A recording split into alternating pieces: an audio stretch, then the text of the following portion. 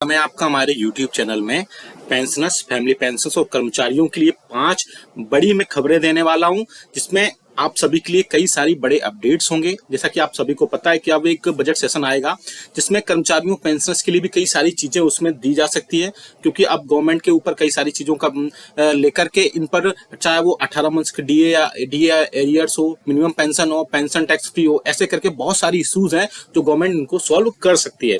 तो कौन कौन से वो इश्यूज होंगे जिन पर हम बात करेंगे, साथ ही साथ आप हमें कमेंट बॉक्स में कमेंट करके बताएगा कि जो 5 सामने आप स्क्रीन पर देख पा रहे हैं ये सबसे बड़े इश्यूज हैं पेंशनर्स और एम्प्लॉइज के लिए, तो इन पर डिस्कस करेंगे। साथ ही साथ इसके अलावा और भी कई अपडेट्स मैं दूंगा, इसलिए इस वीडियो को पूरा लास्ट तक देखिएगा।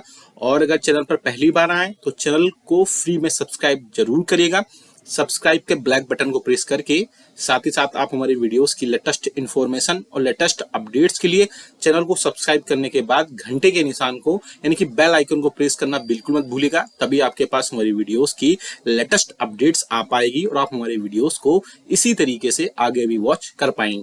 जैसा कि आप सभी को पता है कि मैं पहली बड़ी खबर देने वाला हूं 18 मंथ्स के डीए एरियर्स पर, क्या उसमें अपडेट्स हैं। दूसरी बात है कि मिनिमम पेंशन आपकी 9,000 रुपए, उसमें कितनी बढ़ोतरी होनी चाहिए। तीसरा बड़ा अपडेट्स, पेंशनर्स मोस्टली कमेंट्स करते हैं जिन भी पेंशनर्स की टैक्स में कटौती होती है उस टैक्स स्लैब में आते हैं, उस पर क्या अपडेट्स है। साथ ही साथ एक बड़ा अपडेट है पेंशन में 5, 10 और 15% की बढ़ोतरी को लेकर के, वो भी एक बड़ा अपडेट है इसमें कि क्या उसमें अपडेट निकल कर आ रहा है। साथ ही साथ इसमें और 8वें वेतन आयोग को लेकर के भी इसमें कई सारे अपडेट निकल के आएंगे। क्या ये बजट सेशन में क्या क्या चीजें होंगी वो भी इस वीडियो में मैं बताऊंगा, इसलिए वीडियो थोड़ा सा लंबा हो सकता है लेकिन डिटेल में बताऊंगा और पूरी अपडेट मिलेगी आपको, इसलिए पूरा लास्ट से देखिएगा। जैसा कि आप सभी को पता है कि अब बजट सेशन आएगा, उसमें पेंशनर्स की कई सारी मांगे या कई सारी डिमांड्स पूरी हो सकती हैं। जी हाँ दोस्तों, और सूत्रों की माने तो इसमें कई सारी चीजों में देखने को मिल सकती है, वो कर्मचारियों और पेंशनर्स को काफी ज्यादा राहत देखने को मिल सकती है और कई सारी चीजों पर उसमें अपडेट्स और चीजों को बढ़ोतरी देखने पर मिल सकती है। जिनमें सबसे ज्यादा जो है मैटर सबसे बड़ा है 18 मंथ्स का डीए और डीआरस का। हालांकि बहुत सारे पेंशनर्स और कर्मचारी ये बोलते हैं कि 18 मंथ्स के डीए एरियर्स पर आप बार बार बात क्यों करते हैं, उस पर अपडेट क्यों देते हैं जबकि वो नहीं मिलने वाला। तो मैं आपको बता दूं, ये आपका पैसा है, 18 मंथ्स का डीए और डीआरस आपको मिलना ही चाहिए। इसके अलावा यूनियन और फेडरेशन भी लगातार इसके रिगार्डिंग सरकार से बातचीत भी कर रहे थे, डिस्कशंस भी हुए, जिसमें 18 मंथ्स का डीए और डीआर का जो इशू था वो सबसे पहले रखा गया था। क्योंकि ये आपका पैसा है इसलिए आप इसे भूल नहीं सकते हैं। अगर ये मिलता है तो आपको आपकी पेंशन में लाखों रुपए तक बढ़ोतरी होगी और उसमें आपको काफी ज्यादा राहत मिलने की उम्मीद जताई जा रही है। इसलिए 18 मंथ्स का डीए और डीआर का जो इशू है वो आप भूल नहीं सकते हैं। इसलिए मैं कई बारी बारी और भी लोग हैं यूनियंस के, सारी फेडरेशन के, वो भी इसको उठाते रहते हैं और आपको ये मिलना ही चाहिए। इसलिए 18 मंथ्स के डीए डीआर को आप भूलिए मत, ये भी एक बड़ा इशू है, इससे आपको लाखों रुपए मिल सकते हैं। अब दूसरी बात करते हैं मिनिमम पेंशन पर। आप सभी को पता है कि आपकी मिनिमम पेंशन 7वें वेतन आयोग के अकॉर्डिंग यानी 7वें वेतन आयोग के रिकमेंडेशंस के हिसाब से 9,000 रुपए प्लस डीआर है, लेकिन और कर्मचारियों की बेसिक सैलरी 18,000 रुपए प्लस डीआर है। लेकिन उसमें मिनिमम पेंशन में बढ़ोतरी हो सकती है। जैसे मिनिमम पेंशन में बढ़ोतरी होगी तो आप हमें सबसे पहले कमेंट करके बताएगा कि आपकी मिनिमम पेंशन कितनी है और मिनिमम पेंशन में कितनी बढ़ोतरी की जानी चाहिए। क्योंकि मिनिमम पेंशन अगर 13,000 रुपए तक होती है तो उससे भी पेंशनर्स को राहत मिलेगी, क्योंकि अगर मिनिमम पेंशन बढ़ती है तो जो अदर अलाउंसेस होते हैं यानी कि जो डीआर वगैरह है उसमें भी बढ़ोतरी होगी और पेंशनर्स को इसमें थोड़ी सी रिलीफ वहां पर मिल सकती है। तीसरी बात करते हैं यहाँ पर पेंशन टैक्स फ्री की। बहुत सारे पेंशनर्स ऐसे हैं जिनकी पेंशन टैक्स स्लैब में आती है और पेंशन को उसमें टैक्स में रखा जाता है। तो बहुत सारे पेंशनर्स की ये डिमांड रही है शुरू से ही और पेंशनर्स ये चाहते हैं और पेंशनर्स की रिक्वेस्ट भी रही है और यूनियंस और फेडरेशन भी लगातार इस मुद्दे को भी उठाते रहे हैं कि पेंशन की जो पेंशन है, पेंशनर्स की जो पेंशन है वो टैक्स फ्री होनी चाहिए। उस टैक्स स्लैब में आने के बाद भी उनको टैक्स फ्री होनी चाहिए, क्योंकि वो काफी जिंदगी पूरी अपनी टैक्स देते ही आए, तो अब पेंशन उनकी टैक्स फ्री होना चाहिए। अब बात करते हैं बड़े अपडेट की, जो है पेंशन पर 5, 10 और 15% बढ़ोतरी को लेकर के। इसमें मिनिमम पेंशन में अगर बढ़ोतरी होती है तो भी पेंशनर्स को फायदा होगा, लेकिन पेंशन के लिए सबसे ज्यादा जो हॉट टॉपिक है वो है 5, 10, 15% इंक्रीज को लेकर के।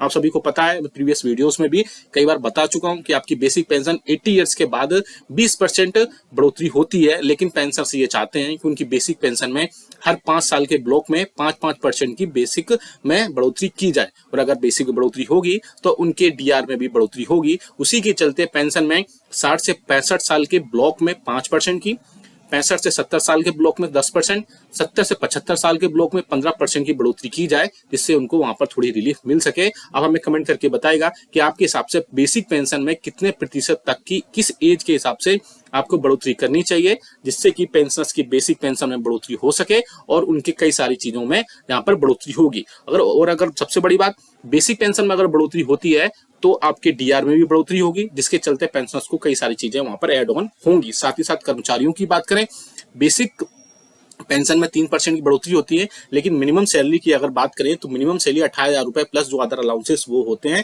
लेकिन मिनिमम सैलरी अगर बढ़ती है 21,000 22,000 रुपए तक होती है तो उससे कर्मचारियों को भी राहत मिलेगी, साथ ही साथ पेंशनर्स को भी इसमें राहत देखने को मिल सकती है। अब बात करते हैं फाइनल 8वें वेतन आयोग की। आप सभी को पता है पिछले साल 8वें वेतन आयोग पर संसद में भी इसमें मैटर उठाया गया था, वहां पर भी इस पर डिस्कशन किया गया था, लेकिन गवर्नमेंट ने क्लियर इंस्ट्रक्शन बोल दिया था कि अभी कोई भी मिनिस्ट्रियल और इंटर मिनिस्ट्रियल 8वें वेतन आयोग पर गठन नहीं हो रहा है।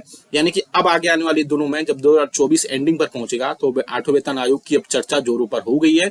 मीडिया में जो खबरें आ रही हैं उनकी अगर माने तो 8वें वेतन आयोग का गठन जल्द से जल्द हो सकता है। आपको जानकारी के लिए बता दूं, और आपको पता भी है कि 7वें वेतन आयोग का गठन 2016 में हुआ था, लेकिन उससे पहले एक कमेटी बनाई गई थी, उस कमेटी के रिकमेंडेशंस दिए गए थे और कमेटी के रिकमेंडेशन देने के बाद ही उसमें उसके रिकमेंडेशंस माने गए थे और आपकी 2016 से आपकी सैलरी और पेंशन में बढ़ोतरी की गई थी 6 पे कमीशन के बाद से। अब ऐसा भी हो सकता है यहाँ पर 7वें वेतन आयोग के बाद में जब 8वें पे कमीशन की बात करें तो 8वां वेतन आयोग देखने को मिल सकता है, उससे लास्ट के इस ईयर के लास्ट तक एक कमेटी गठित हो सकती है जो अपने रिकमेंडेशन दे सकती है और उसमें कई सारी चीजें देखने को मिल सकती हैं। इसलिए 8वें वेतन आयोग पर हमें सबसे पहले ये बताएगा कि 8वें वेतन आयोग पर आपकी कितनी बेसिक पेंशन रखी जानी चाहिए, जिससे आपको वहां पर सारी चीजें, आपके सारे डेली के खर्चे, डेली एक्सपेंसेस और जो मंथली की ओपीडी मेडिसिन वगैरह के खर्चे हैं वो सारे आपके पूरे हो सकें। अब बात करते हैं थोड़ा सा फिटमेंट फैक्टर पर भी, क्योंकि फिटमेंट फैक्टर ही क्रूशियल रोल प्ले करता है आपकी बेसिक पेंशन और सैलरी बढ़ाने पर। अभी आपका फिटमेंट फैक्टर 2.57 गुना है। अगर ये 8वें वेतन आयोग आता है तो 2.57 गुना में किस प्रकार से बढ़ोतरी की जाए जिससे कि बेसिक पेंशन में बढ़ोतरी हो। तो जो लोग, बहुत सारे लोग बोल रहे हैं कि इसमें 3.68 गुना तक बढ़ोतरी होगी, तो मैं बता दूं इतना ज्यादा इंक्रीमेंट नहीं हो सकता है। 3.68 गुना बहुत होता है। ऐसे करके बेसिक पेंशन लगभग डबल हो जाएगी, यानी कि अगर 9,000 रुपए तो 15 से 16,000 रुपए तक पहुंचेगी। वहीं कर्मचारियों की बेसिक सैलरी जो है 18,000 रुपए से बढ़ के 2,600 रुपए तक हो सकती है। लेकिन मेरे अकॉर्डिंग फिटमेंट फैक्टर 3 पॉइंट तक हो सकता है अगर 2.57 गुना के बेसिस पर है। अगर 3 पॉइंट भी होता है तब भी बेसिक पेंशन आपकी 9,000 रुपए से बढ़ के 13,000 से 14,000 रुपए तक हो जाएगी। साथ ही साथ कर्मचारियों की जो सैलरी है वो 18,000 रुपए से बढ़ करके 21,000 रुपए तक पहुंच सकती है। तो आप हमें कमेंट करके इस पर भी बताएगा कि फिटमेंट फैक्टर में कितनी बढ़ोतरी होनी चाहिए। डीआर आपका बहाल हो चुका है, अब आपको all India consumer price index का डेटा भी आ चुका है। अब उसके बेसिस पर जुलाई 2024 में 3 से 4% तक महंगाई भत्ता और महंगाई राहत में बढ़ोतरी हो सकती है। आगे आने वाले दिनों में जब बाकी all India consumer price index का डेटा निकल कर आ जाएगा, उससे क्लियर हो जाएगा कि आपको बाकी चीजें कितनी वहां पर अपडेट होंगी। ये वीडियो अच्छा लगा तो लाइक करिएगा, शेयर सभी के साथ करिएगा। ऐसी न्यूज इन्फॉर्मेशन अपडेट्स के लिए चैनल को भी सब्सक्राइब कर लेगा। मिलते हैं आपको नेक्स्ट वीडियो में। Thank you so much. दोस्तों, वेलकम है आपका हमारे यूट्यूब चैनल में। पेंशनर्स, फैमिली पेंशनर्स और कर्मचारियों के लिए मैं इसमें 3 बड़ी खबर लेकर आया हूं। जी हां दोस्तों, बजट पर मैं बात करने वाला हूं कि बजट सेशन 2024 में पेंशनर्स और कर्मचारियों के लिए क्या क्या मिलने वाला है। क्या 18 मंथ्स के डीए एरियर्स का पैसा एक मुश्त मिलने वाला है, क्या एडिशनल पेंशन में बढ़ोतरी होने वाली है। इसके अलावा और भी एक मैं सक्सेस स्टोरी बताने वाला हूं। पेंशनर्स को खाते में 3 लाख रुपए तक आ सकते हैं। कैसे आएंगे पूरा डिटेल में जानेंगे। पूरे वीडियो को लास्ट तक देखिएगा, बने रहिए आप हमारे चैनल पर। आपसे एक अपील करना चाहूंगा, अगर आपने हमारा चैनल अभी तक फ्री में सब्सक्राइब नहीं किया है तो चैनल को फ्री में सब्सक्राइब कर लीजिएगा। सब्सक्राइब के ब्लैक बटन को प्रेस करके साथ ही साथ आप हमारी वीडियोस की लेटेस्ट इन्फॉर्मेशन और लेटेस्ट अपडेट्स के लिए घंटे के निशान को यानी कि बेल आइकन को प्रेस करना बिल्कुल मत भूलेगा। तभी आपके पास हमारी वीडियोस की लेटेस्ट इन्फॉर्मेशन आ पाएगी और आप हमारे वीडियोस को इसी तरीके से आगे भी वॉच कर पाएंगे। आपको जानकारी के लिए जल्दी से एक इन्फॉर्मेशन दे दें कि आप हमारे चैनल पर कर्मचारियों, पेंशनर्स और फैमिली पेंशनर्स के रिलेटेड, उनके वेलफेयर से रिलेटेड इन्फॉर्मेशन, अपडेट्स और सर्कुलर देखते हैं। अगर आपको भी कोई अपने पेंशनरी बेनिफिट से रिलेटेड कोई समस्या है, कोई डाउट है, तो आप हमें कमेंट, या आपके पेंशन टाइम पर नहीं आती है तो आप हमें कमेंट बॉक्स में जरूर कमेंट करिएगा। हम नेक्स्ट वीडियो में उसे कमेंट को लेंगे और आपकी प्रॉब्लम को सॉल्व करने की जल्दी से जल्दी कोशिश करेंगे। चलिए सीधा लेकर चलते हैं जो भी मेन मुद्दा उस पर। तो जी हाँ दोस्तों, बजट 2024 की डेट अनाउंसमेंट हो चुकी है।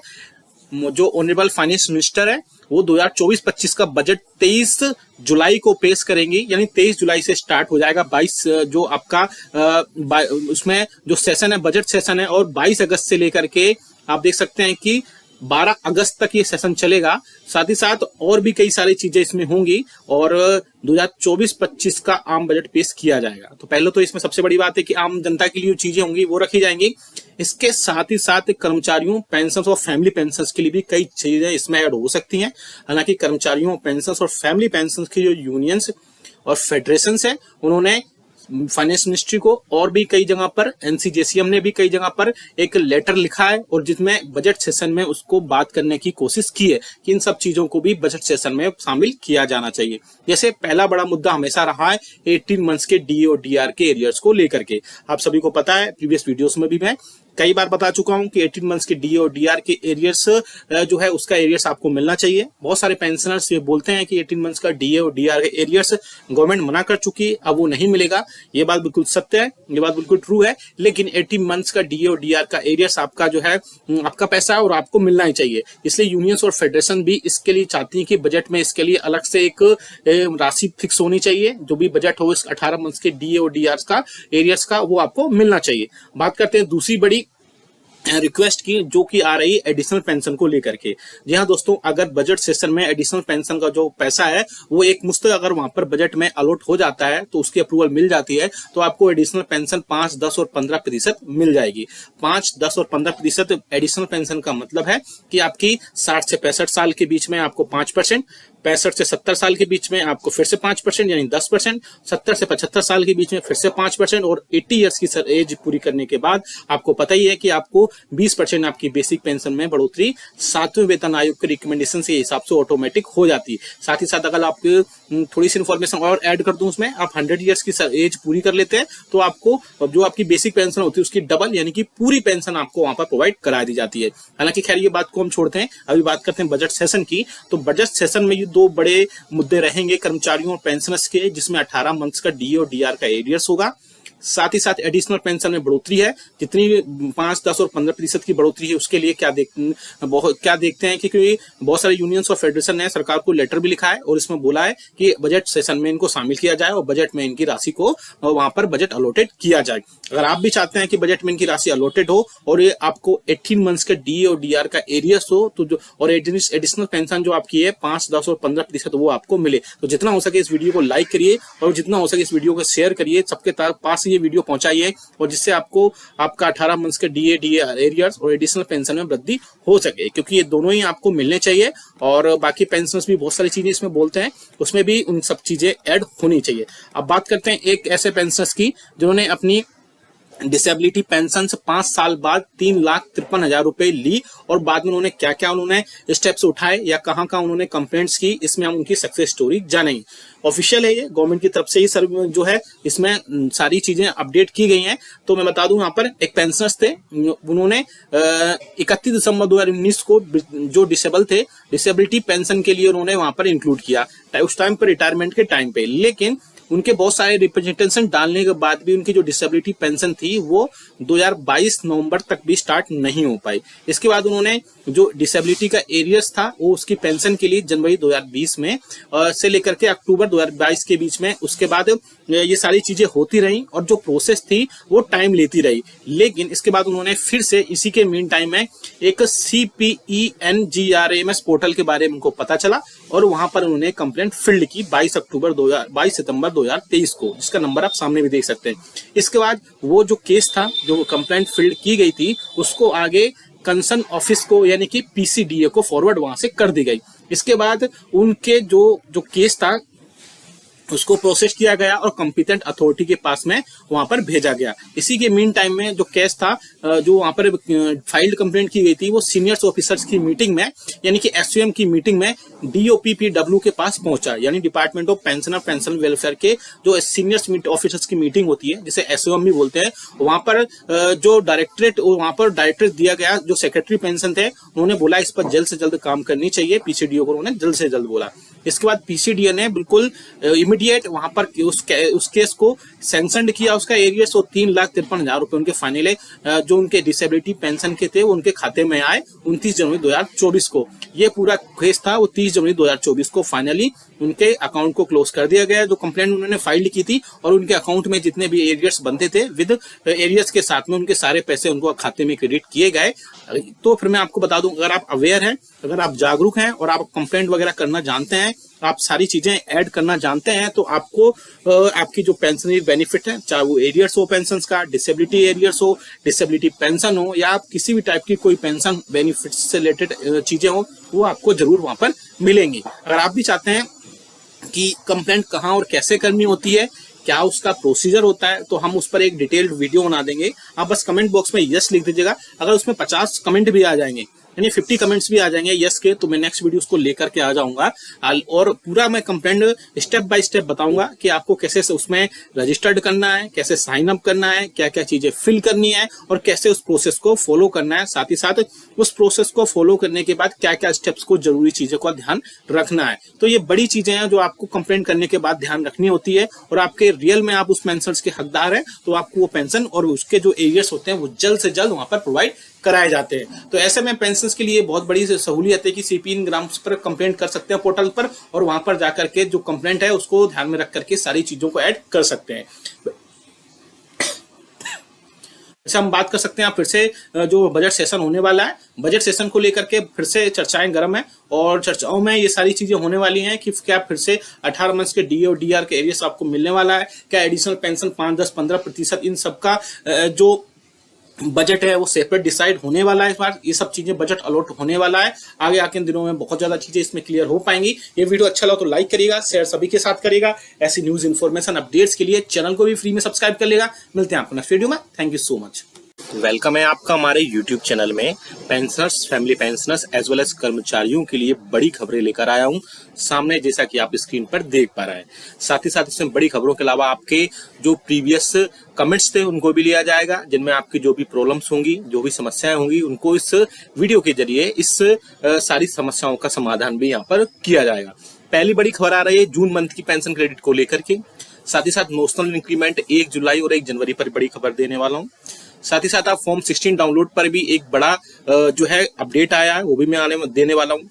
चौथी खबर है आपके कि जुलाई में आपके बेसिक में 3% का इंक्रीमेंट होने वाला है। कैसे होगा वो बताऊंगा। साथ ही साथ पांचवी जो बड़ी खबर है वो फैमिली पेंशन में बढ़ोतरी को लेकर के, फैमिली पेंशन पर एक बड़ी अपडेट में दूंगा, इसलिए पूरे वीडियो को लास्ट तक देखिएगा। और अगर चैनल पर पहली बार आए, मैं अपने व्यूअर्स से एक अपील करना चाहूंगा, हमारे चैनल को प्लीज सब्सक्राइब जरूर करिएगा। हम बहुत ही इन्फॉर्मेशन, अच्छी इन्फॉर्मेशन और अपडेशन के साथ इन्फॉर्मेशन देते हैं। चैनल को फ्री में सब्सक्राइब जरूर करिएगा, सब्सक्राइब के ब्लैक बटन को प्रेस करके। साथ ही साथ आप हमारे वीडियोस की लेटेस्ट इन्फॉर्मेशन के लिए आपको घंटे के निशान को, यानी कि बेल आइकन को प्रेस जरूर करना है, बेल आइकन को जरूर दबाना है, तभी आपके पास हमारी वीडियोस की लेटेस्ट इन्फॉर्मेशन, लेटेस्ट अपडेट्स आप तक आ पाएंगी और आप हमारे वीडियोस को आगे इसी तरीके से आगे भी वॉच कर पाएंगे। चलिए सीधा लेकर चलते हैं। और इसके अलावा एक और हम बात इन्फॉर्मेशन दे दें आपको, अगर आपकी पेंशन या पेंशन बेनिफिट से रिलेटेड कोई अगर प्रॉब्लम्स हैं तो आप हमें कमेंट बॉक्स में कमेंट करिएगा। हम नेक्स्ट वीडियो में उसको लेने की कोशिश करेंगे और आपका जो भी प्रॉब्लम्स होगी वहां पर सॉल्व करने की पूरी कोशिश की जाएगी। चलिए सीधा लेके चलते हैं पहली बड़ी खबर पर। जून मंथ की पेंशन आपके खातों में क्रेडिट हो चुकी है, तो आप हमें सबसे पहले कमेंट करके बताएगा कि आपकी जून मंथ की क्या पेंशन खातों में आ गई है। अगर नहीं आई है तो आप अपना बैंक स्टेटमेंट, या मैसेज कई बार नहीं आते हैं तो आप बैंक स्टेटमेंट चेक करिएगा, या ऑनलाइन देख सकते हैं तो ऑनलाइन जरूर चेक करिएगा कि आपकी इस मंथ की आपकी पेंशन खातों में क्रेडिट हुई है या नहीं हुई है, क्योंकि बहुत सारे मैक्सिमम पेंशनर्स की खातों में आ चुकी है। तो आप हमें कमेंट करके बताएगा कि आपकी इस मंथ की पेंशन आपके खातों में आई है या फिर नहीं आई है। अगर नहीं आई है तो वो भी हम बताएंगे क्यों नहीं आई है और क्या रीजंस उसके हो सकते हैं। अब बात करते हैं दूसरा बड़ा नोशनल इंक्रीमेंट को लेकर के। तो नोशनल इंक्रीमेंट मैं अपने प्रीवियस वीडियोस में भी कई बार बता चुका हूं, लेकिन बहुत सारे पेंशनर्स और फैमिली पेंशनर्स ऐसे होते हैं जिनको इसके बारे में जानकारी नहीं होती है और उनका एक इंक्रीमेंट का लॉस उठाना पड़ता है। बेसिकली नोशनल इंक्रीमेंट ऐसे इंक्रीमेंट को कहा जाता है, या ऐसे पेंशनर्स जो 30 जून को या 31 दिसंबर को रिटायरमेंट होते हैं, लेकिन जो उनका नेक्स्ट प्रमोशन होता है या नेक्स्ट इंक्रीमेंट होता है वो 1 जनवरी और 1 जुलाई को लगता है। तो ऐसे में उनको कई बार नॉशनल इंक्रीमेंट नहीं दिया जाता है। तो जब नॉशनल इंक्रीमेंट 1 जनवरी और 1 जुलाई को दिया जाता है ऐसे पेंशनर्स को जो रिस्पेक्टिवली 30 जून और 31 दिसंबर को जो रिटायरमेंट होते हैं वहां पर उनको नेक्स्ट इंक्रीमेंट दे दिया जाता है और उसके बेसिस पर ही उनके जो पेंशनरी अदर बेनिफिट्स हैं, चाहे वो ग्रेच्युटी हो, चाहे वो डीआर हो, चाहे वो उनकी बेसिक हो, क्योंकि बेसिक भी बढ़ती है 3%, तो उसके बेसिस पर सारे जो पेंशनरी बेनिफिट्स हैं वो पेंशनर्स को दिए जाते हैं। तो अगर आप भी 30 जून को रिटायरमेंट हुए हैं या 31 दिसंबर को रिटायरमेंट हुए हैं तो आप अपने डिपार्टमेंट को या अपने ऑफिस को कहिए कि आप उनका नॉशनल इंक्रीमेंट लगाएं और उनको एक एक्स्ट्रा बढ़ा हुआ इंक्रीमेंट को प्रोवाइड करें। अगर आप ये सब कार्रवाई कैसे करनी है डिटेल में, नॉशनल इंक्रीमेंट कैसे लगवाना है, क्या एप्लीकेशन लिखनी है, कौन सा फॉर्म फिल करना है, अगर वो आप चाहते हैं तो कमेंट बॉक्स में यस लिखिएगा। हम आपको वहां पर एक पूरा डिटेल्ड वीडियो बना देंगे जिसमें नॉशनल इंक्रीमेंट के बारे में सारी जानकारी दी गई होगी और वहां से आप एक्स्ट्रा इंक्रीमेंट डाउनलोड कर सकते हैं। एक्स्ट्रा इंक्रीमेंट आप वहां से ले पाएंगे जिससे आपके और भी सारे जो बेनिफिट्स हैं उसमें भी आपको सीधा सीधा फायदा मिल पाएगा। बात करते हैं तीसरी बड़ी खबर की, तो अब जो है आपका फॉर्म 16 डाउनलोड कर सकते हैं। जो स्पर्श के पेंशनर्स हैं वो स्पर्श से सीधा डाउनलोड कर सकते हैं और जो अलग मिनिस्ट्री से डिपार्टमेंट के पेंशनर्स हैं वो वहां से भी अपना फॉर्म 16 डाउनलोड कर सकते हैं। इवन जो एम्प्लॉइज हैं, सर्विंग एम्प्लॉइज हैं, वो भी अपने ऑफिस से जहां भी डीडीओ आपका होता है, कैश डिपार्टमेंट्स होता है, वहां से जाकर के अपना फॉर्म 16 वहां से ले सकते हैं और सारी चीजें उसमें अपडेशन करवा सकते हैं। अगली बड़ी खबर की तब चले। अगली बड़ी खबर आ रही है जुलाई में बेसिक में इन 3% की बेसिक में इंक्रीज होने वाली है। बेसिकली आप सभी को पता है कि अब all India consumer price index का डेटा जो है आने वाला है, लास्ट वर्किंग डे को आ जाएगा और जैसे ही आ जाएगा तो उसके बाद में आपका जुलाई मंथ का जो all India consumer price index का डेटा है वो कंफर्म हो जाएगा और अब आपको जो है 3% महंगाई भत्ता और महंगाई राहत के मिलने के पूरे चांसेस यहाँ पर दिख रहे हैं। जुलाई से 3% आपका फिर से बढ़ोतरी हो जाएगा और बढ़ोतरी होने के साथ ही अब यहाँ पर 53 से 54% तक महंगाई भत्ता और महंगाई राहत जा सकता है।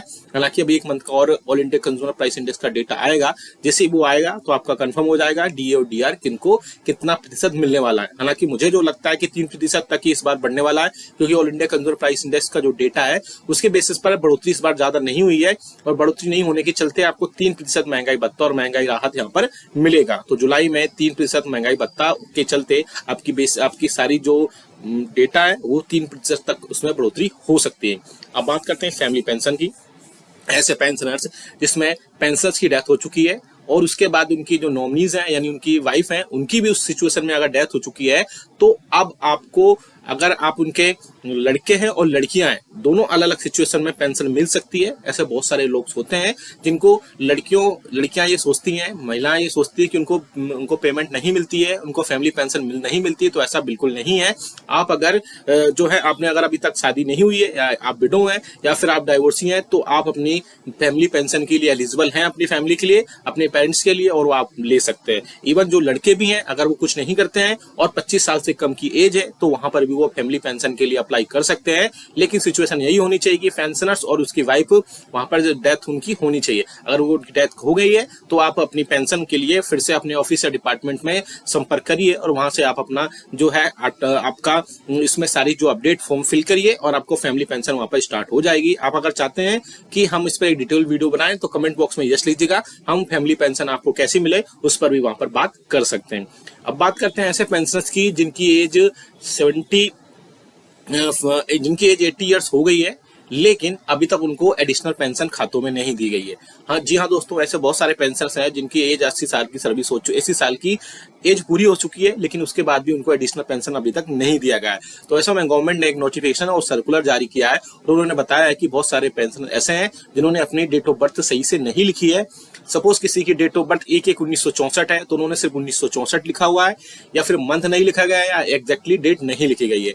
तो आपके जितने भी पीपीओस हैं उनमें आप अपनी जो डेट ऑफ बर्थ है वो बिल्कुल क्लियर कराइए और ऑफिस में आप अपना मिलिए और उनसे सारी चीजें उनको बताइए कि हमने डेट सारी इन्फॉर्मेशन अपडेट्स करा दी है अपने रिकॉर्ड ऑफिस में जाकर के।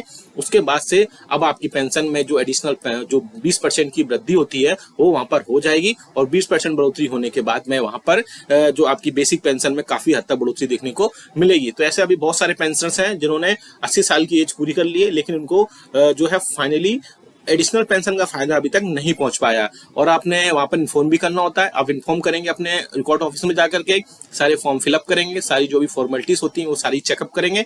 चेक करने के बाद वहां पर सारी चीजें इन्फॉर्मेशन दे देंगे और उसके बाद में आपकी एडिशनल पेंशन वहां पर लग जाएगी। अब एक और बात करते हैं यहाँ पर 18 मंथ्स के डी और डी आर पर।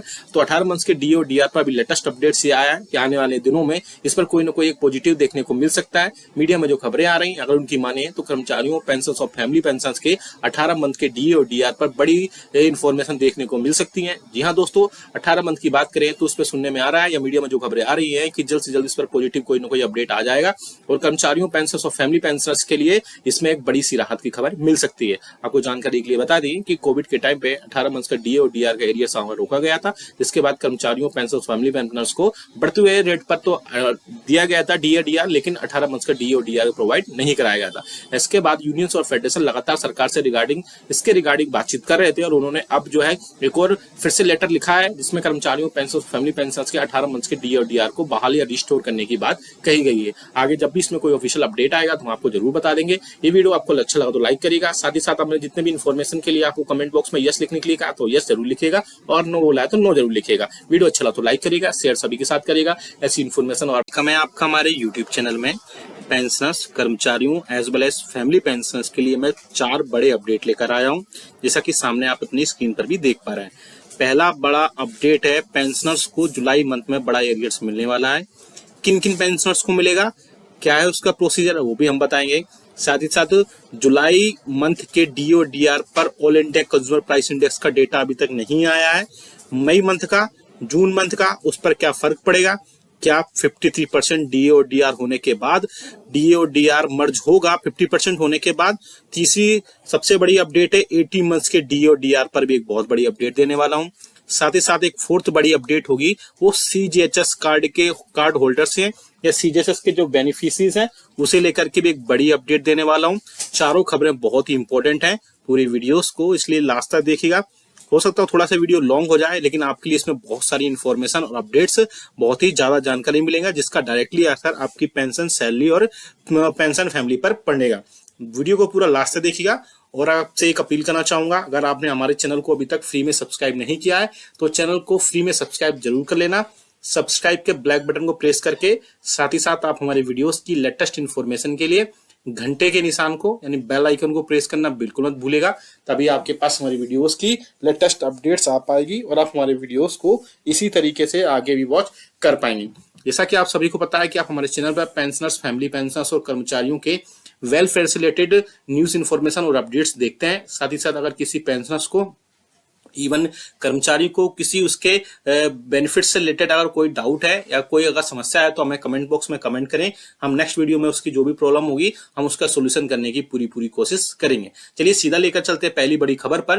पेंशनर्स का एरियर्स जुलाई मंथ में मिल गया है। जी हाँ दोस्तों, बहुत सारे पेंशनर्स ऐसे हैं जिनको अब एंट्री पे लेवल का एरियर्स मिल चुका है। मैंने अपने प्रीवियस वीडियोस में कई बार इसका जिक्र भी किया था, कई बार मैं डिस्कस भी कर चुका हूं। एंट्री पे लेवल का जो एरियर्स है वो पेंशनर्स को अब धीरे धीरे मिलने लगा है। साथ ही साथ कई सारे पेंशनर्स को 50,000, 60,000, 1 लाख तक का एंट्री पे लेवल का जो एरियर्स है वो उनके खातों में अब पहुंचने लगा है। मैंने अपने प्रीवियस वीडियोस में मैंने बताया था कि आपको एंट्री पे लेवल का एरियर्स कैसे लेना है, किस सर्कुलर का यूज करना है, साथ ही साथ क्या क्या सपोर्टेड डॉक्यूमेंट्स आपको लगाने हैं, जिसके बाद आपको एंट्री पे लेवल का एरियर्स मिल जाएगा। उसके बाद पेंशनर से वैसा ही किया और उनको काफी हद तक अब एंट्री पे लेवल का जो एरियर्स था वो मिलना स्टार्ट हो गया है। अगर आप भी चाहते हैं कि डिटेल में हम आपको बताएं या आप प्रीवियस वीडियोस देखना चाहते हैं तो हम नेक्स्ट वीडियो में थोड़ा सा डिस्कस कर देंगे और आपको बता देंगे कि आपको एंट्री पे लेवल का एरियर्स आपको कैसे लेना है और क्या क्या चीजें उसमें अपडेट्स होंगी।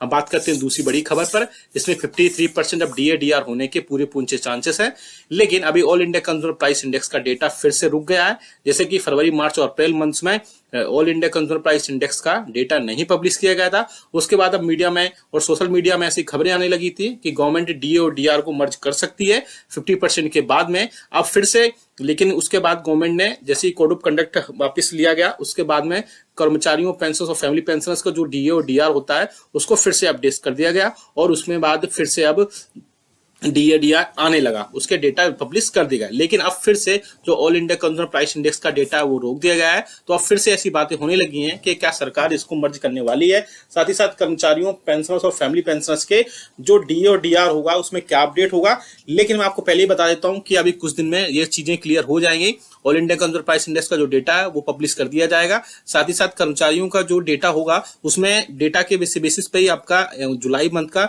और आपका DA और DR उसमें तय किया जाएगा। मोस्ट प्रोबेबली चांसेस है 53% है। फिर भी अगर इसमें डेटा में बहुत ज्यादा चेंजेस होते हैं तो ज्यादा से ज्यादा ये 54% तक जा सकता है, इससे ऊपर ये नहीं जाएगा। अब बात करते हैं 18 मंथ्स के DA और DR पर क्या बड़ा अपडेट आया है। बेसिकली 18 मंथ्स के DA और DR पर एक बड़ा अपडेट ये आया है कि भारतीय प्रतिरक्षा मजदूर संघ की तरफ से एक इंपॉर्टेंट लेटर जारी किया गया है, देख सकते हैं आप, फाइनेंस मिनिस्टर को, जिसमें कोविड के टाइम का जो DNS अलाउंसेस का जो एरियर्स था वो रोका गया था, उसको देने की बात फिर से की जा रही है, जिसमें रिक्वेस्ट की गई है। आप सब्जेक्ट में भी देख सकते हैं, request for review of decision on DNS allowances arrears for Covid period.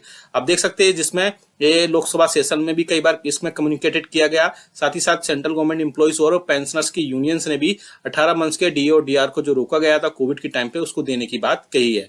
उसमें ये लेटर में ये भी बोला है कि जो हमारा देश है, नेशन है, ग्रेजुअली रिकवर कर रहा है हमारे पैंडेमिक से। उसके बाद में अब हमारी इकोनॉमी काफी हद तक स्ट्रांग हो चुकी है, जिसके चलते कर्मचारियों और पेंशनर्स ने कोविड के टाइम में, कर्मचारियों ने कोविड टाइम में बहुत अच्छा काम किया था। और उसके बाद उन सबका जो है अब जो DA और DR है उसको उनका जो भी कंट्रीब्यूट था उसको DA DR के रूप में उनको मिलना चाहिए।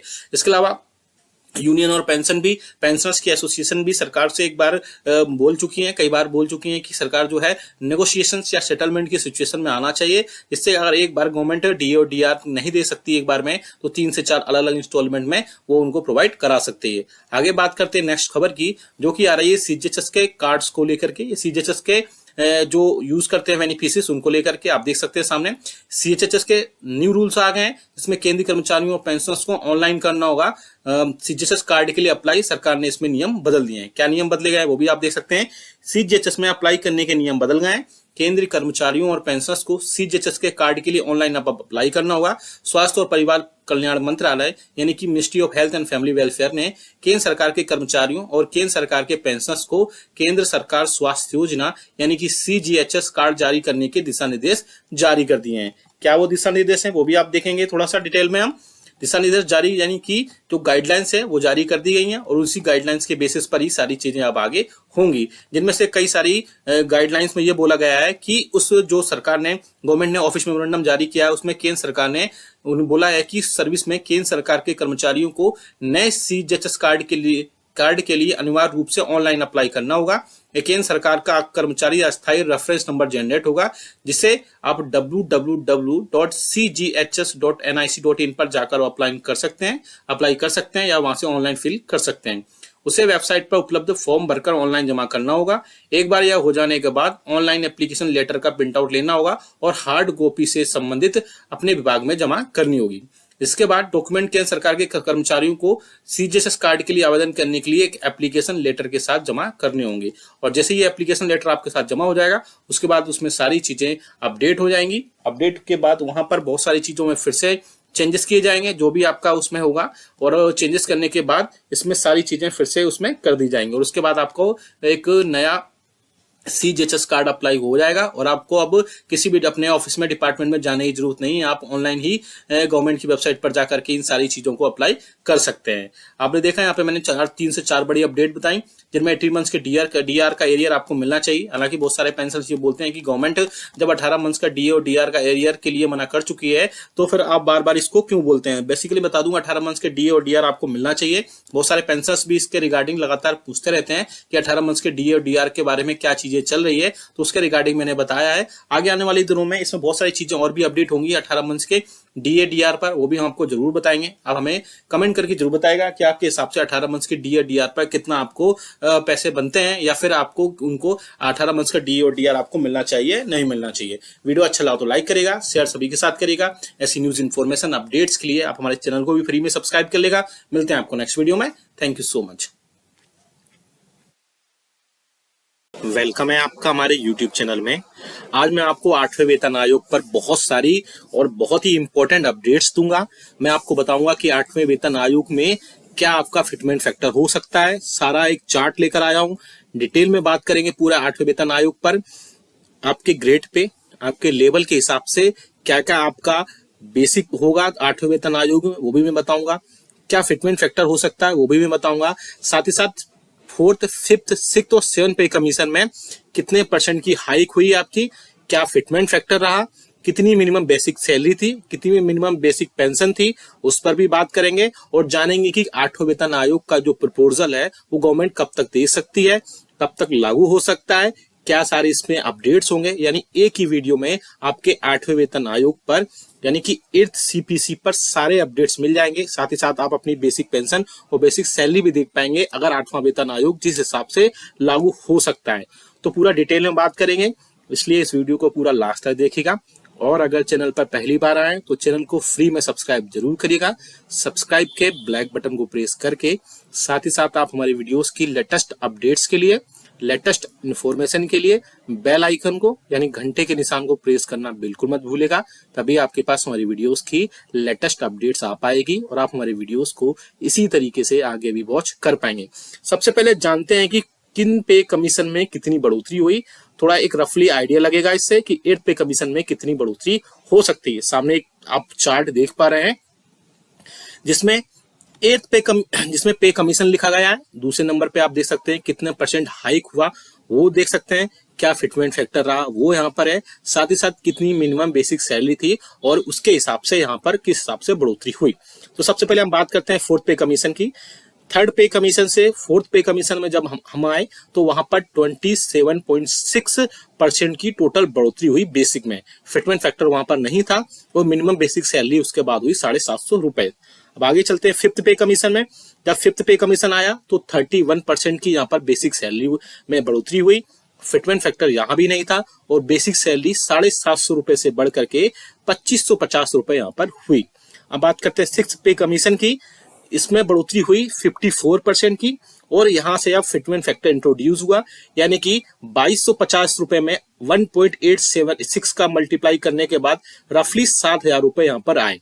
यानी फिटमेंट फैक्टर ऐसा क्रूशियल रोल प्ले करता है जब आपकी बेसिक सैलरी जो भी होगी और एक फिटमेंट फैक्टर निकल कर आएगा, उसके बाद ही यहां पर आपकी टोटल बेसिक सैलरी या बेसिक पेंशन काउंट होगी। सपोज करिए नेक्स्ट की बात करते हैं हम, यानी कि 7th पे कमीशन में 14.29% की बढ़ोतरी हुई और फिटमेंट फैक्टर अभी आपका जो प्रेजेंट में है वो 2.57 है। और बेसिक सैलरी की बात करें तो आपकी बेसिक सैलरी 18,000 रुपए और आपकी बेसिक जो पेंशन है वो 9,000 रुपए। और वो आती कैसे है, आपका जो भी प्रीवियस में 7,000 आपकी पे कमीशन में था और उसमें 2.57 का मल्टीप्लाई जब किया गया तो आप देख सकते हैं कि रफली एग्जैक्ट 18,000 नहीं आते हैं, रफली 18,000 रुपए आए, 17,500 आए तो उसको 18,000 रुपए बेसिक बनाएगा। अब बात करते हैं कि 8वें वेतन आयोग में कितने % का हाइक होगा, क्या फिटमेंट फैक्टर हो सकता है और कितनी मिनिमम बेसिक सैलरी या मिनिमम बेसिक पेंशन हो सकती है। अब हम उसकी बात करेंगे। आपने देखा यहाँ पर 4th से 5th के कमीशन में आप देख सकते हैं 31% का हाइक हुआ। 6th पे कमीशन में 54% का हाइक हुआ। 7th पे कमीशन में 14.29% का हाइक हुआ। वहीं बात करते हैं अगर 6th पे कमीशन की, उसमें फिटमेंट फैक्टर 1.86 रहा। वहीं 7th पे कमीशन की बात करते हैं, उसमें फिटमेंट फैक्टर 2.57 है जो करंटली अभी चल रहा है। अब बात करेंगे कि क्या 8वें वेतन आयोग में क्या फिटमेंट फैक्टर होना चाहिए। पहले आप भी वीडियो को रनिंग में ही कमेंट कर सकते हैं कि आपके हिसाब से कितना फिटमेंट फैक्टर होना चाहिए या कितने % की हाइक पेंशन और सैलरी में होने चाहिए जिससे आपकी मिनिमम बेसिक पेंशन और मिनिमम बेसिक सैलरी हो। हम पूरा डिटेल में चार्ट देखेंगे 8वें वेतन आयोग में क्या चार्ट होगा, क्या सारी अपडेट्स होंगी, वो चार्ट हम लेकर आए। आप देख सकते हैं ये चार्ट है और हम इसमें फिटमेंट फैक्टर जो है 2.528 लेकर आए। यानी फिटमेंट फैक्टर हम अगर एक्सपेक्टेड बात करते हैं इसमें कम ज्यादा भी हो सकता है, एग्जैक्ट यही भी हो सकता है। मैं आपको एक रफली आइडिया दे रहा हूं कि फिटमेंट फैक्टर 2.28 अगर हम लेकर चलते हैं तो क्या आपका बेसिक पेंशन होगा, क्या बेसिक सैलरी होगी, ये सारी चीजें हम इस पर बात करेंगे। लेकिन सबसे पहले इस चार्ट पर, इस टेबल पर बात करने से पहले हम थोड़ा सा ये बात कर लेते हैं कि 8वें वेतन आयोग का प्रपोजल कब तक आ सकता है, क्या इसमें अपडेट्स आएंगे, वो हम यहाँ पर देख लेते हैं। सबसे पहले आप देख सकते हैं मीडिया में जो खबरें आई उन पर बात करें थोड़ा सा। 8th pay commission, central government receives proposal expected to be unveiled in July 2024, यानी कि जुलाई 2024 तक सेंट्रल गवर्नमेंट एक प्रपोजल एक्सपेक्ट कर रहे हैं सेंट्रल गवर्नमेंट से। आप देख सकते हैं इसमें central government has received a comprehensive proposal to establish the 8th central pay commission CPC timed with the upcoming budget for 2024 expected to be unveiled in July. The proposal aims to review and revise the basic pay, allowances, pensions and other benefits for central government employees and pensioners. यानी कि जुलाई में जो budget session है, जो आने वाला budget session है, उसमें इस पर बात हो सकती है। आगे आप देख सकते हैं urgent call for the 8th pay commission. Mister Shiv Gopal Mishra, secretary of the national council staff side of joint consultative machinery यानी JCM for central government employees has urged the government to prioritise the formation of 8th CPC. In a detailed letter to the cabinet secretary, Mishra highlighted the need for this commission to address the economic challenges faced by the government employees and government pensioners. तो आप देख सकते हैं कि जो NCJCM के secretary है mister Shivgopal Mishra, उन्होंने गवर्नमेंट को एक लेटर लिखा और लेटर में 8वें वेतन आयोग को जल्द से जल्द लाने की, जल्द से जल्द फॉर्म करने की बात कही गई है, क्योंकि इकोनॉमिक जो भी चैलेंजेस हैं वो बहुत ज्यादा फेस करने पड़ रहे हैं गवर्नमेंट एम्प्लॉइज को और गवर्नमेंट पेंशनर्स को। अब बात करते हैं थोड़ा सा बैकग्राउंड की और क्या टाइमिंग हो सकती है 8वें वेतन आयोग की, उस पर भी एक बड़ी हम यहाँ पर डिस्कशन करेंगे। Traditionally, the central government commission is formed every 10 years to evaluate and recommend changes to the pay structures, allowances and benefits of central government employees, incorporating necessary adjustment for inflation. यानी कि 8वें वेतन आयोग या कोई भी पे commission होता है वो उसका एवोल्यूशन और रिकमेंडेशन किए जाते हैं, उसके वेतन भत्ते और जो भी बेनिफिट्स होते हैं सेंट्रल गवर्नमेंट एम्प्लॉइज और पेंशनर्स के, वो इन्फ्लेशन के चलते ऐसा सब किया जाता है। द 7th पे commission established by the prime minister on February 28, 2024 implemented its recommendation starting from 1/2016। आपको पता ही कि 7वें वेतन आयोग का गठन 28 फरवरी 2024 को किया गया था, जो कि 2014 को किया गया था, जो कि 1 जनवरी 2016 से लागू किया गया था। अब बात करते हैं CPC कब से स्टार्ट हो सकता है। The 8th CPC is proposed to commence from 1 जनवरी 2026, यानी कि एक जो आपका 8वां वेतन आयोग है एक्सपेक्टेड है कि 1 जनवरी 2026 से इसे एक्सपेक्ट किया जा रहा है। However, the government has yet to announce the formal establishment, leaving over 1 crore central government employees and pensions awaiting updates। आप देख सकते हैं कि जो सेंट्रल गवर्नमेंट के 1 करोड़ एम्प्लॉइज और पेंशनर्स है वो 8वें वेतन आयोग का इंतजार कर रहे हैं और देखना होगा कि कब तक इसमें क्या क्या चीजें अपडेट होती हैं। मोस्ट प्रोबेबली चांसेस है कि जुलाई तक इसमें कोई ना कोई अपडेट निकल कर आएगा और उसके बेसिस पर हम फिटमेंट फैक्टर के बढ़ोतरी होने के बाद कर्मचारियों, पेंशनर्स और फैमिली पेंशनर्स का 8वें वेतन आयोग का गठन हो सकता है। हम प्रोजेक्शन की बात कर रहे हैं यहाँ पर, इसमें कोई भी बढ़ोतरी या कमी हो सकती है। प्रोजेक्टेड है 8th पे कमीशन के हिसाब से अगर हम बात करते हैं यहाँ पर, तो आप देख सकते हैं 8th CPC for level 1 to level 5 fitment factor की बात करें यहाँ पर, क्योंकि मैंने अभी प्रीवियस बताया कि फिटमेंट फैक्टर ही सबसे बड़ा रोल, क्रूशियल रोल प्ले करेगा आपकी पेंशन, आपकी सैलरी में कितनी बढ़ोतरी होती है। तो आप देख सकते हैं हमने level 1, level 2, level 3, level 4, level 5 की यहाँ पर टेबल लेकर आए हैं, जिसमें 6 पे कमीशन, 8वें पे कमीशन में कितनी बेसिक आपकी होने जा रही है वो हम इस टेबल में बताने जा रहे हैं। तो आप सबसे पहले बात करते हैं लेवल 1 की। अगर आपका बेसिक इस टाइम पे 18,000 रुपए है तो आपका 8th पे कमीशन में फिटमेंट फैक्टर 2.28 के बेसिस पर 41,000 रुपए हो सकता है। वही बात करें इसमें आपका लेवल 1 में अगर आपकी बेसिक 18,500 रुपए है तो 42,000 रुपए आपका बेसिक हो सकता है। वहीं हम बात करें लेवल 1 में आपका अगर बेसिक 19,100 रुपए है तो 43,400 रुपए यहाँ पर हो सकता है। ऐसे इसमें बढ़ोतरी होती है, 19,700 है तो 44,700 हो जाएगा, 20,300 है तो 4600 हो जाएगा, 20,900 है तो 47,400 हो जाएगा, 21,500 है तो 48,800 हो जाएगा, 2200 है 50,200 हो जाएगा, 22 और 800 है तो 51,800 हो जाएगा। ऐसे ही करके इसमें बढ़ोतरी होती जाएगी। आप ये टेबल का स्क्रीनशॉट भी ले सकते हैं या फिर आप कमेंट बॉक्स में यस लिखेंगे, वहां से आप ये टेबल सीधा सीधा डाउनलोड कर पाएंगे। आप देख सकते हैं आपकी जो भी बेसिक होगी उसके हिसाब से आप यहाँ पर टेबल देख लीजिएगा और आप अपना जो भी आपका बेसिक है वो यहाँ से डाउनलोड कर पाएंगे। काफी बड़ी टेबल है, आप इसमें 40 कॉलम्स बनाए गए हैं। अब बात करते हैं लेवल 2 की। अगर लेवल 2 में आप अगर आते हैं और आपका अगर बेसिक जो है वो 19,900 है तो 8 पे कमीशन में आपका फिटमेंट फैक्टर 2.28 के बेसिस पर आपका जो सैलरी बेसिक होगा वो 45,400 रुपए होगा। वहीं अगर हम बात करें आपका लेवल 2 में 20,500 अगर आपका बेसिक है तो 8 पे कमीशन में 46,700 रुपए हो सकता है। वहीं बात करें हम 21,100 रुपये अगर आपका बेसिक है तो 48,100 रुपये हो जाएगा। और अगर 21,700 रुपये आपका अगर बेसिक है तो 49,500 रुपये आपके बेसिक होने की पॉसिबिलिटीज हैं। वहीं आप अगर टेबल को इसको देखें तो सारे बढ़ते हुए क्रम में आपकी 8th पे कमीशन में कितना टेबल होगा, कितना आपका फिटमेंट फैक्टर के बेसिस पर होगा, वो आपका हो सकता है। वहीं हम लेवल 3 की बात करें, अगर आपका लेवल 3 में जो ग्रेड पे है वो 2,000 रुपये है। आप देख सकते हैं लेवल 3 में बेसिक अगर आपका 21,700 रुपये है तो आप 49,500 रुपये यहाँ पर आपका बेसिक हो सकता है।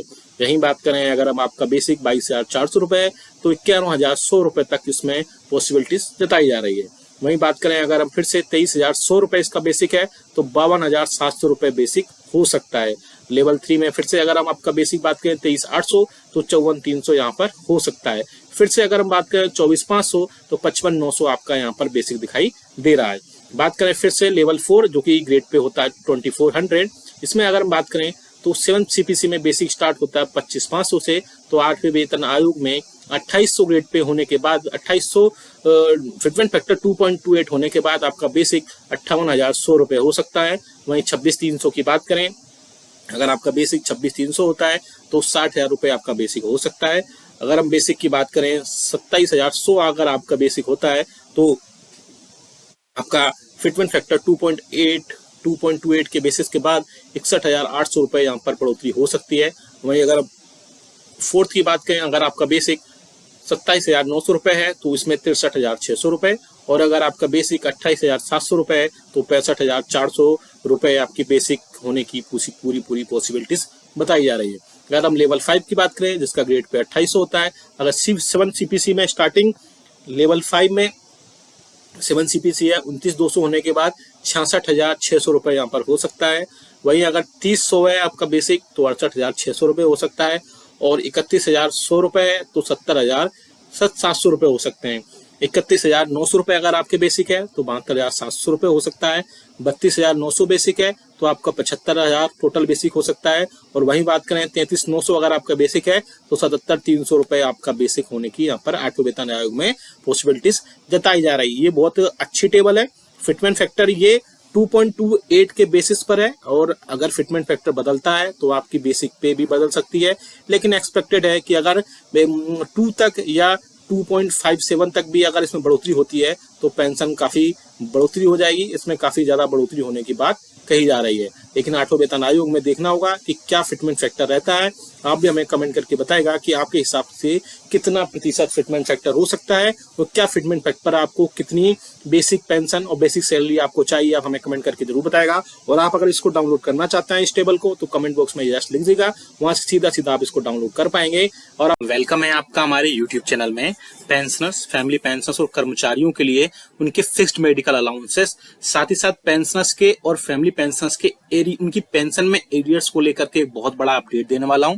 एक इंपॉर्टेंट लेटर भारत सरकार के वित्त मंत्रालय के व्यय विभाग के केंद्रीय पेंशन लेखा आयोग यानी कि गवर्नमेंट ऑफ इंडिया के मिनिस्ट्री ऑफ फाइनेंस के डिपार्टमेंट ऑफ एक्सपेंडिचर के सेंट्रल पेंशन अकाउंटिंग ऑफिस की तरफ से एक इंपॉर्टेंट ऑफिस मेमोरेंडम जारी कर दिया गया है। जी हाँ दोस्तों, जिससे कि आपकी फिक्स्ड मेडिकल अलाउंसेस और आपकी जो पेंशन में एरियर के इम्प्लीमेंटेशन से रिलेटेड एक बहुत ही बड़ी मीटिंग हुई, जो कि मीटिंग होने के बाद में वहां पर बहुत सारे चीफ कंट्रोलर आए पेंशन के, और बहुत सारी चीजें उसमें डील हुई, तो जिससे पेंशन आपके खातों तक सही पहुंचे, आपके एरियर्स आपको टाइम पर मिले, और इसके अलावा और भी कई सारी चीजों पर डिस्कशन हुआ। पूरा डिटेल में जानेंगे हम। सामने आप नोटिफिकेशन भी देख रहे होंगे जो कि मैंने बताया किसकी तरफ से जारी किया गया है, साथ ही साथ और उस मीटिंग में क्या क्या हुआ, कौन कौन से डिसीजन लिए गए आपके वेलफेयर से रिलेटेड या आपके बहुत सारी चीजों से रिलेटेड, वो भी हम इस वीडियो में बात करेंगे। इसके अलावा आपके बहुत सारे पेंशन ऐसे हैं जिनको अभी पता ही नहीं है कि उनकी पेंशन में बहुत सारे एरियर्स जुड़ने होते हैं या बहुत सारे एरियर्स उनको मिलने होते हैं। तो उसी के रिगार्डिंग हम बात करेंगे कि वो कौन कौन से अपने सारे डॉक्यूमेंटेशन करके अपना एरियर्स ले सकते हैं, और कौन कौन से पेंशन के एरियर्स के अलावा फिक्स्ड मेडिकल अलाउंसेस पर भी बहुत सारी चीजें हो सकती हैं। एक बड़ी वर्चुअल मीटिंग हुई जिसमें कई सारे लोग इकट्ठा हुए, और उसमें एक मीटिंग जो ही वो चीफ कंट्रोलर हैं पेंशन डिपार्टमेंट्स के चेयरपर्सन के रूप में उनको लिया गया, और उस मीटिंग में कई सारी चीजों पर बात की गई, जिसमें पेंशन के जो एरियर्स हैं जो पीएओ की तरफ से CPAO लेवल पर जारी किए जाते हैं, उन सब पर भी वहां पर बात हुई, जो कि आप नोटिफिकेशन सामने देख सकते हैं। पूरा डिटेल में जानेंगे, वीडियो थोड़ा बड़ा हो जाएगा लेकिन आप पूरा डिटेल में जानेगा, सारी चीजें डिटेल में जानेंगे। बने रहिए आप हमारे चैनल पर। इसी तरीके से आपसे एक अपील करना चाहूंगा कि आप अगर हमारे चैनल अभी तक फ्री में सब्सक्राइब नहीं किया है तो चैनल को फ्री में सब्सक्राइब जरूर कर लीजिए। सब्सक्राइब के ब्लैक बटन को प्रेस करके साथ ही साथ आप हमारे वीडियोस की लेटेस्ट इन्फॉर्मेशन और लेटेस्ट अपडेट्स के लिए घंटे के निशान को प्रेस करना बिल्कुल मत भूलिएगा, तभी आपके पास हमारी वीडियोस की लेटेस्ट अपडेट्स आ पाएंगी और आप हमारी वीडियोस को इसी तरीके से आगे भी वॉच कर पाएंगे। आपको इन्फॉर्मेशन के लिए एक अपडेट दे दूं, पेंशनर्स और फैमिली पेंशन से रिलेटेड, हमारे वेलफेयर से रिलेटेड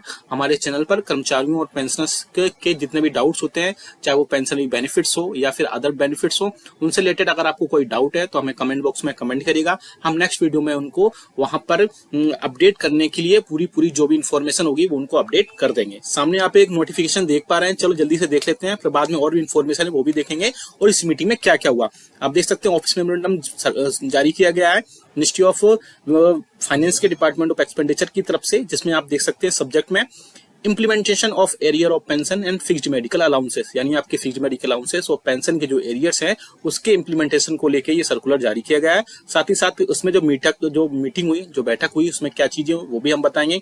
आप देख सकते हैं यहाँ पर a virtual meeting on the aforementioned subject was conveyed on under the chairperson of chief controller pension. जैसे कि मैंने आपको बताया कि आपकी जो चेयरपर्सन थे उस मीटिंग में वो चीफ कंट्रोलर थे पेंशन के। इसके अलावा और भी कई सारी चीजें हुई जिसमें इन पर बहुत सारी चीजों पर अपडेशन दिया गया। क्या क्या चीजें हुई वो हम जानेंगे इस वीडियो में।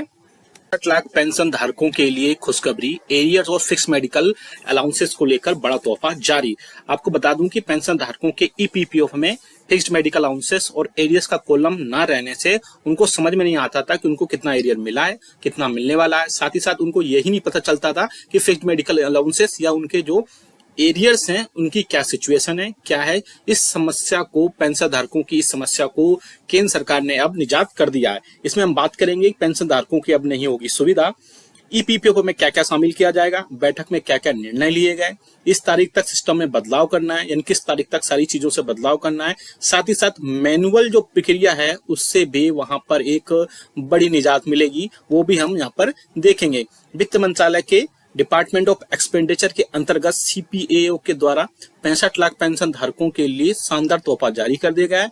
अब पेंशन भोगियों के ईपीपीएफओ में फिक्स मेडिकल अलाउंसेस और एरियर का कॉलम भी जुड़ेगा, जिससे पेंशन और फैमिली पेंशन को बहुत ज्यादा राहत वहां पर मिले। और इसके अलावा अब पेंशन धारकों को नहीं होगी सुविधा, क्या क्या सुविधा नहीं होगी वो भी हम जानेंगे यहाँ पर। इसके माध्यम से पेंशन भोगी अपने फिक्स्ड मेडिकल अलाउंसेस और एरियर की जानकारी कुछ सेकंडों में प्राप्त कर सकते हैं।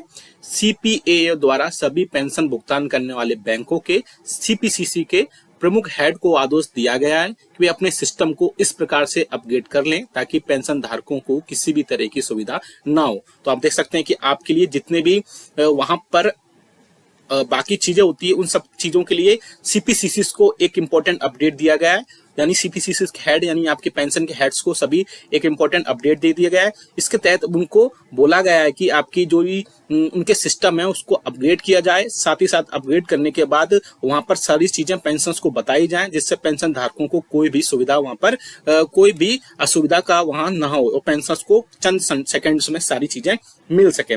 ईपीपीओ में क्या क्या शामिल किया गया है वो भी आप देख सकते हैं। सीपीएओ ने बताया कि भविष्य में पेंशन धारकों के फिक्स्ड मेडिकल अलाउंसेस और उनके एरियर के जुड़े सभी केस, जो भी कितने भी केस होंगे सारे, यानी जो भी इश्यूज होंगे डिजिटली रूप में भेजे जाएंगे। अब पेंशन धारकों के ईपीपीओ में फिक्स मेडिकल अलाउंसेस और एरियर का कॉलम रहेगा, जिससे पेंशन भोगी इन बातों से अवगत रहेंगे। अभी तक आपको पता है कि जितने भी आपकी सीपीएओ से सारी चीजें आती है उनमें आपके मेडिकल अलाउंसेस और जो भी एरियर्स होते हैं उनका डिजिटली रूप में आपको भेजे जाएंगे। इससे पहले ये होता था कि वो सारी चीजें वहां पर ऐड होकर नहीं आती थी, जिससे पेंशन धारकों को बहुत ज्यादा या पेंशन को, फैमिली पेंशन को बहुत ज्यादा दिक्कतों का सामना करना पड़ता था। अब ये सारी चीजें नहीं होंगी और फिक्स मेडिकल अलाउंसेस और एरियर्स का कॉलम आ जाएगा, जिससे सारी, और इसके अलावा सीपीआईओ आपके जितने भी केस होंगे वो सारी चीजें टैली करेंगे और टैली करने के बाद वहां पर आपको सारी चीजें एक ही साथ वहां पर ली जाएंगी। इसके अलावा सीपीआईओ द्वारा ने 6 मई 2024 को एक सर्कुलर जारी किया, जो कि मैं पहले दिखा चुका हूं। इस मामले में एक बैठक भी हो चुकी है और इस बैठक में क्या क्या निर्णय लिया गया वो भी हम देखेंगे इसमें। इस बैठक में पेंशन एरियर और फिक्स्ड मेडिकल अलाउंसेस को लेकर एक बहुत ही डिटेल्ड डिस्कशन किया गया और उसके बाद ये निर्णय लिया गया कि इन्हें ईपीपीओ में शामिल कर दिया जाए ताकि पेंशन भोगियों को पेंशन के सारी चीजें उनको अवगत हो सके, उनको कितना एरियर मिलता है, कितना मिलने वाला है, कितना फिक्स्ड मेडिकल अलाउंसेस बढ़ रहा है और भी एरियर्स कितना है और भी बाकी सारी चीजें जो हैं वो सारी चीजें उस सर्कुलर में मैंने आपको बताया। जो सर्कुलर मैंने पहले मिनिस्ट्री ऑफ फाइनेंस का डिपार्टमेंट ऑफ एक्सपेंडिचर का बताया था उसमें ये सारी चीजें वहां पर मेंशन की गई थी। अगर आप भी उसको डाउनलोड करना चाहते हैं तो कमेंट बॉक्स से यस लिखेगा, वहां से सीधा डाउनलोड कर पाएंगे। और भी चीजें हैं उसमें वो भी डिटेल में मैं बताऊंगा। इस तारीख तक सिस्टम में करना है बदलाव। सभी पेंशन भोगी भुगतान करने वाली बैंकों के सीपीसीसी हेड को कहा गया है कि वे 15 मई 2024 तक अपने सिस्टम में जरूरी बदलाव कर लें। इसके सार्थक नतीजे मिलने के बाद फिक्स्ड मेडिकल अलाउंसेस और पेंशन से जुड़े सभी एरियर्स के केसों की प्रक्रिया पूरी डिजिटल तरह से होगी और इसके बाद ईपीपीओ में फिक्स्ड मेडिकल अलाउंसेस एरियर्स ये दोनों कॉलम शामिल होने के बाद पेंशन धारकों को किसी भी तरीके कोई भी समस्या नहीं आएगी। यानी कि जो अभी मैंने बताया 6 मई 2024 का जो लेटर आया मिनिस्ट्री ऑफ फाइनेंस के डिपार्टमेंट ऑफ एक्सपेंडिचर के सीपीएओ की तरफ से, उसमें ये सारी चीजें सीपीसीसी को हेड को कहा गया कि 15/5/2024 तक आप अपने सिस्टम में जरूरी बदलाव कर लें और इन कॉलम्स को भी ऐड कर लें जिससे पेंशनर्स के लिए वहां पर कोई भी समस्या का न हो और सारी चीजें उनको वहां पर एक साथ मिल सके। और इसके अलावा आगे चलते हैं, इसमें मैनुअल प्रक्रिया से मिलेगी निजात। जी हाँ दोस्तों, इस प्रकार पेंशन धारकों को जो भी मैनुअल प्रक्रिया होती है उससे निजात मिल जाएगी। कोई भी पेंशन भोगी अपने ईपीपीओ में ये सारी चीजें देख सकेगा कि उसके फिक्स्ड मेडिकल अलाउंसेस या एरियर की सिचुएशन क्या है, क्या स्टेटस है, क्या उनको मिला हुआ है, क्या बैंक्स के पास पहुंच गया है। इसके अलावा सीपीओ ने बताया है कि अगर पेंशन भुगतान करने वाली बैंकों को इस प्रक्रिया को शुरू करने में कोई परेशानी आती है तो उस स्थिति में टेक्निकल मदद के लिए आपको साइंटिफिक अफसर SBCPO को संपर्क कर सकते हैं। तो ये कई सारे चीजों में अपडेट किया गया है। अब आपको सारी चीजें मैनुअल के बाद में सारी चीजें डिजिटल कर दी जाएंगी और डिजिटल होने के बाद में पेंशनर्स को बहुत ज्यादा राहत मिलेगी। देख सकते हैं जैसा कि ये मैंने नोटिफिकेशन या बोल सकते हैं सर्कुलर पहले भी आपको बताया था। इस सर्कुलर के जरिए ही सारी चीजें पेंशन और पेंशनर्स के जितने भी बेनिफिट्स हैं, चाहे उनके एरियर्स में पेंशन को लेकर के हो या फिक्स्ड मेडिकल अलाउंसेस को, वो सारी चीजें क्लियर की जाएं। और अगर आपको कोई टेक्निकल एडवाइस लेनी है तो आप देख सकते हैं श्री धीरज कुमार साइंटिफिक ऑफिसर SBCPO, या फिर ये मेल आईडी आप देख सकते हैं dheeraj.kumar89@nic.in पर भी आप कांटेक्ट कर सकते हैं। इंपॉर्टेंट सर्कुलर है सभी पेंशनर्स के लिए। इंप्लीमेंटेशन होना चाहिए पेंशन के जितने भी एरियर्स हैं और फिक्स्ड मेडिकल अलाउंसेस है, क्योंकि बहुत सारे पेंशनर्स और फैमिली पेंशनर्स ऐसे होते हैं जिनको इन सब चीजों के बारे में नहीं पता होता है या हाल में ही पेंशनर से कर्मचारियों से पेंशनर बने होते हैं तो उनको पीपीओस के बारे में बहुत ज्यादा इन्फॉर्मेशन नहीं होती है। लेकिन हमारा उद्देश्य यह है कि सभी पेंशनर्स को उनके पेंशनरी बेनिफिट्स टाइम से मिले, सही पे मिले और उनके अलावा उनको कोई भी लेक ऑफ अवेयरनेस की वजह से उनको किसी भी टाइप से परेशानी ना हो। आप ये सारी चीजें अपडेट हो जाएंगी फिक्स्ड मेडिकल अलाउंसेस और एरियर्स के लेकर के, जिससे उनके सारी चीजें घर पर ही सारी हो जाएंगी और चंद सेकंड में आप ये सारी चीजें देख पाएंगे और साथ ही साथ अपनी पेंशन स्लिप भी डाउनलोड कर पाएंगे। ये वीडियो अच्छा लगा तो लाइक करेगा, इसके साथ ही साथ चैनल को फ्री में सब्सक्राइब जरूर करेगा। और आपको इससे रिलेटेड कोई कमेंट करना है तो आप हमें या सुझाव देना तो आप कमेंट बॉक्स में कमेंट करिएगा। हम आपको नेक्स्ट वीडियो में उसको लेकर के कोई ना कोई अपडेट जरूर देंगे। ये आप सर्कुलर डाउनलोड करना चाहते हैं तो कमेंट बॉक्स में यस लीजिएगा, वहां से सीधा ही आप डाउनलोड कर पाएंगे। वीडियो अच्छा लगा तो लाइक करिएगा, शेयर सभी के साथ करिएगा। ऐसी न्यूज इन्फॉर्मेशन और अपडेट्स के लिए फ्री में चैनल को सब्सक्राइब कर लेगा। मिलते हैं आपको नेक्स्ट वीडियो में। Thank you so much.